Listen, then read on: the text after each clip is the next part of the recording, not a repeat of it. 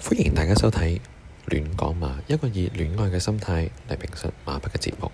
好啦，繼續返嚟為大家送上呢個叫做賽後點燈禮啊！咁就3月15號嘅星期六嗰個賽事，咁啊幾精彩㗎！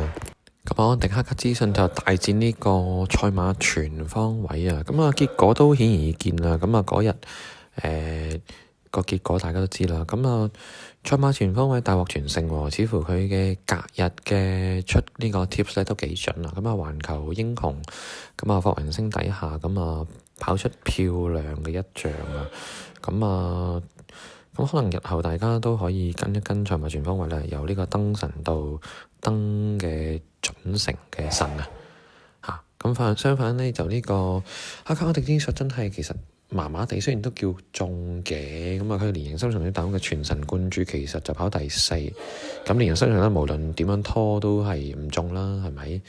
咁就所以就真係要大家要慎重考慮一下啦。咁至於佢跟住貼嗰個叫做夢幻進區就跑第3。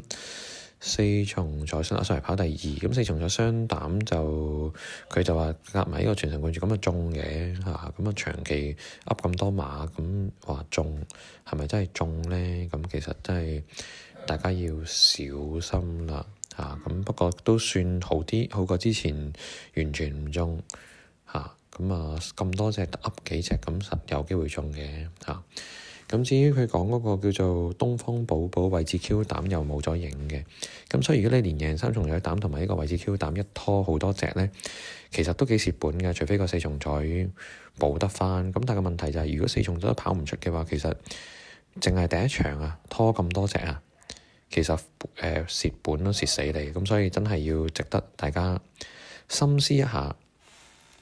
係啦，咁跟住佢講腳就曾經講過燈膽王啦，燈膽王就跑包尾嘅，咁所以係咪咁準呢？其實都係要值得大家商榷啦。燈膽王會唔會有啲事呢？真係不得而知啦。不過短期度再諗下要唔要需要跟進啦。咁至於佢另外貼咗嗰個宏財，其實就 OK 嘅，跑第5嘅咁但係又唔中咯，要拖腳。